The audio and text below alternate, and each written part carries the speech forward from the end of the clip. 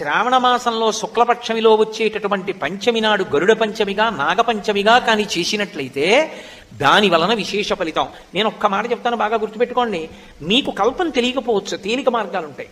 నేను గరుడ పంచమి నాడు ఢిల్లీలో ఉన్నాను. ఢిల్లీలో ఉండి ఈ మధ్యకాలంలో తిరుమల తిరుపతి దేవస్థానం వాళ్ళు ఢిల్లీలో నూతనంగా నిర్మాణం చేసినటువంటి వెంకటేశ్వర స్వామి ఆలయ దర్శనానికి వెళ్ళాను. ఎందుకని? నాగముగా ఆదిశేషుడి మీద ఆయనే పడుకుంటాడు, గరుడ పంచమిగా గరుత్మంతుడు ఇవ్వవలసిన అమృతత్వాన్ని ఆయనే కల్పిస్తాడు. అందుకని ఆయన దర్శనానికి వెళ్ళాను.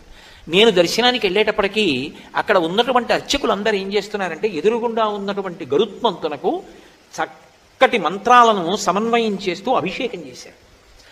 ఆయన అభిషేకాన్ని మీరు చూశారనుకోండి, ఆయన చల్లబడతాడు అభిషేకం చేస్తే, అంతే. చూస్తే చాలు అనుగ్రహించేస్తాడు.